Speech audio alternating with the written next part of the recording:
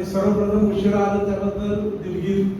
आणि आज खरं दोन विक्रमी कलाकारांना ऐकायचं होतं, कारण इथे हे दोन्ही कलाकारांनी याच व्यासपीठावर विक्रम केले. मागं विजय साहेबांनी नॉनस्टॉप 40 गाडी म्हणली होती एकट्याने इथं, हेच व्यासपीठ ते होतं.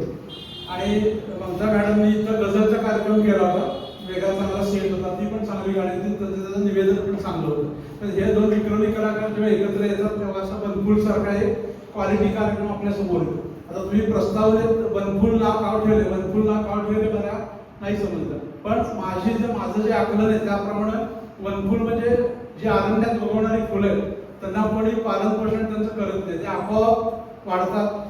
जशी आपली काष्टची फुलं आहेत ती सगळी वनफुल आहेत, ते आपोआप वाढतात, त्यांना पाणी देत नाही, खत देत नाही, कोण काही देत नाही. तशी ही जी गाणी आहे ती जर कन्सेप्ट असेल तर खूप चांगली कन्सेप्ट होती आणि खूप चांगल्या प्रकारे गुलजारांसाठी ही सगळी होती. गुलजारांसाठी होतं असं मला शिरीषरावांनी सांगितलं. आणि खूप तुम्ही जे त्यांची तीना शहरातली आठवण सांगितली तुम्हाला पटकन क्लिक झालं की एक 5-6 महिन्यापूर्वी जेव्हा शोलेला 50 वर्ष पूर्ण झाली तेव्हा मला वाटतं सोनीनं कितने आदमी थे नावाचा एक कार्यक्रम केला. कितने आदमी थे म्हणजे सलीम जावेद 2 यांच्यावरचा कार्यक्रम होता.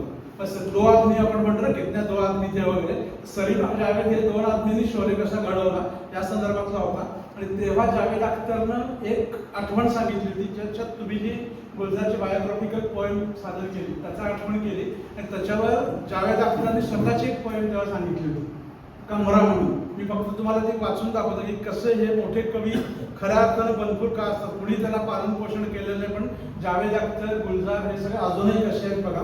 मग फक्त ऐकल्यावर आपल्या लक्षात येतं की किती मोठे कवी आहेत. त्याच्या कवितेचं नाव आहे मेरा कमरा. वो छोटा सा कमरा था बॉम्बे में, छत टपकती थी, दीवारों पर नमी थी, एक चारपाई, एक टेबल और किताबों का ढेर. बिजली भी अक्सर जाती थी, पर उसी कमरे में मैंने रातों को जागा, कलम से दोस्ती की, भूख से जंग की. वो कमरा महंगी कोठियों से बड़ा था क्योंकि उसमें मेरे सपने रहते थे. हे स्वप्न करण्यानंतर हे सगळे जे कवी आहेत की त्या कवींनी एक प्रकारे वनफुलून आपण त्यांची सगळ्या गाणी आतापर्यंत ऐकली, ह्या पुढे पण ऐकली जातील. गुलजाराचा 18 ऑगस्टला जन्मदिवस आहे, 1934चा जन्म आहे, म्हणजे 92 वर्षाचे होत आहेत गुलजार.